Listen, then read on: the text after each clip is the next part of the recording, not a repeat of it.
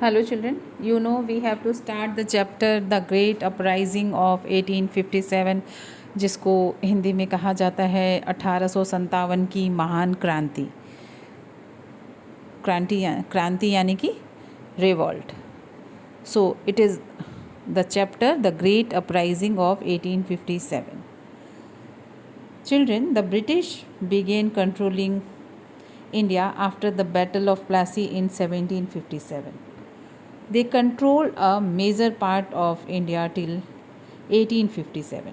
यानी 1757 से direct control उनका बैटल ऑफ प्लासी के बाद से बंगाल से शुरू हुआ था, जो कि 1857 तक आते आते ये 100 ईयर्स में, with in that 100 years it was on vast part of the India. Britishers का कंट्रोल जो है इंडिया के काफ़ी ज़्यादा पार्ट पे हो चुका था. Some part were their direct control, whereas other under indirect control, as the rulers of these parts accepted British supremacy. Okay children,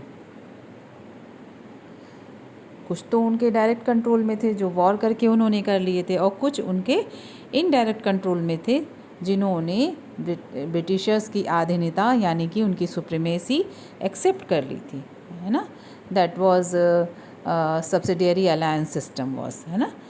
so now the next one, different sections of the Indian society were not satisfied with the British policies and exhibited their anger through protest.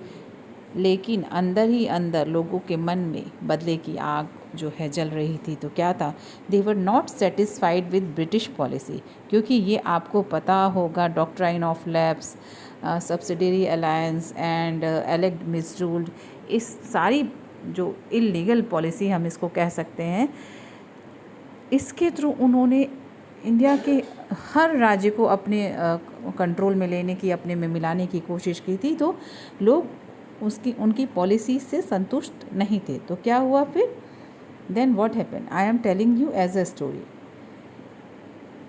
As a result, several revolts started taking place in different parts of the country. धीरे धीरे जगह जगह revolt होने लगे. अब revolt होते होते क्या हुआ, but the British were able to crush these revolts as these were not unified. यानी ये जो रिवॉल्ट छोटे छोटे हो रहे थे, these were not unified, though Britishers control all the revolt. The revolt of 1857 was greatest of this series. ये जो छोटे छोटे रिवॉल्ट हो रहे थे, इसमें सबसे बड़ा रिवॉल्ट जो है 1857 का था, और इट्स स्प्रेड इन, और ये इन इंडिया के कई सारे पार्ट में फैला था, जैसे मेरठ, दिल्ली, झांसी. ठीक है, it was the greatest of this series and some historians termed it as first war of independence. So what? इसीलिए कुछ हिस्टोरियंस का मानना है कि ये हमारी पहली जो है वॉर ऑफ इंडिपेंडेंस थी. First war of independence was 1857, the great uprising. Children, अब हम बात करेंगे the causes of the revolt of 1857. What were the causes of the revolt of 1857? 1857 की क्रांति के क्या कारण थे. अभी तो हमने जाना कि ये क्रांति कब हुई थी, क्या रीज़न था, मतलब शॉर्ट में हमने समझा कि किस वजह से हुई, लेकिन मेनली इसके क्या रीज़न थे इस वीडियो में मैं आपको शॉर्ट में बता रही हूँ. फिर in next video we will talk about one by one about all the causes. First causes that were political causes.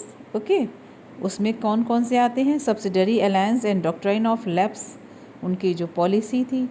नवाब वाजिद अली शाह का जो डिपोज किया था उन्होंने, अवध से उनको हटा दिया गया था.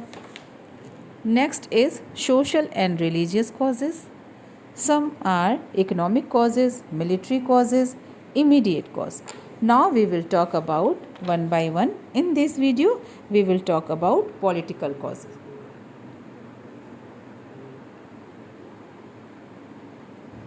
Children, subsidiary alliance and doctrine of lapse.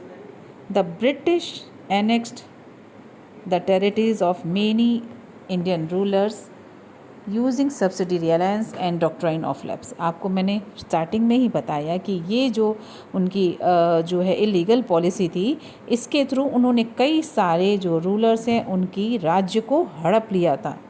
ठीक है। They also discontinued the pension and the titles of many rulers like Nana Saheb, Rani Lakshmi Bai of Jhansi and turned them against the British। ठीक है। उनकी pension, उनका राज्य भी हड़प लिया, उनकी जो पेंशन देने के लिए उन्होंने जो प्रॉमिस किया था उसे भी देना बंद कर दिया। तो इससे क्या हुआ, ये जो सारे राज्य के जो रूलर हैं उनके खिलाफ हो गए थे। They were not satisfied with the policy of Britishers. Now next is Nawab Wajid Ali Shah. Nawab Wajid Ali Shah of Awadh was deposed on the grounds of misgovernance। यानी उनके ऊपर ये इल्ज़ाम लगाया। पहले तो तुम ये बात समझ लो कि अवध यानी हमारे लखनऊ की बात हो रही है। ठीक है। तो अवध के जो नवाब थे वाजिद अली शाह, आपने यहाँ पे सुना होगा इनका नाम। तो उनके ऊपर ये इल्ज़ाम लगाया गया कि वो सही से शासन नहीं कर पा रहे हैं, कोई उपाय नहीं मिला। तो ये नया system, people severely criticized this because the Nawab of Awadh was always loyal to the British। और ये जो नवाब वाजिद अली हैं वो ब्रिटिशर्स के प्रति भी लॉयल थे। So the people criticise this decision of Britishers. This annexation also led to the disbanding of the Nawab's army। As a result, soldiers of Nawab's army lost their jobs। यानी नवाब को हटाया तो क्या हुआ, उनकी जो सेना है वो भी जो है डिस्पर्स कर दी गई। तो देन वो जो सेना के जो आर्मी के जो उनके सोल्जर्स थे वो क्या हो गए, they lost their jobs. Nawab had promised craftsmen and Nawab had patronized craftsmen and entertainers। They lost their sources of livelihood too। यानी नवाब के अंडर में जो भी लोग थे सब ने अपनी जॉब जो है वो खो दी।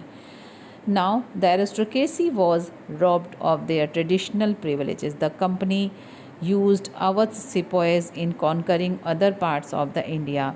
Peasants also had no high land revenues। Sorry children, it is given peasants also had to pay high land revenues।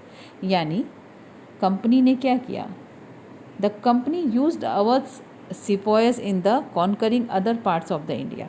यानी नवाब की आर्मी के सोल्जर्स को कंपनी ने अपने लिए यूज़ करना शुरू कर दिया। इंडिया के जो दूसरे पार्ट थे उन पे कंट्रोल करने के लिए उनके आर्मी को यूज़ करने शुरू कर दिया।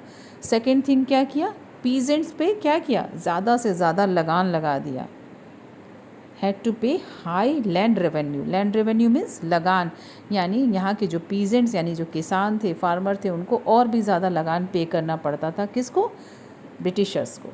Now Dalhousie announced in 1849 that after Bahadur Shah Zafar successor would not have allowed to use the imperial titles and privileges. यानी इसके साथ ही साथ डलहौजी ने क्या अनाउंस किया कि Bahadur Shah Zafar was the last Mughal ruler.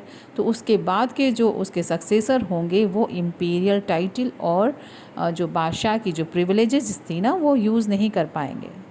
They would have to shift out of Red Fort. Even उन्हें Red Fort भी छोड़ना पड़ेगा। तो ये जो कुछ पॉलिटिकल रीजन थे, इसकी वजह से ये सारे के सारे जो रूलर थे ब्रिटिशर्स के ख़िलाफ़ होकर एक होकर यूनाइट होकर उन्होंने 1857 के रिवॉल्ट की योजना बनाई।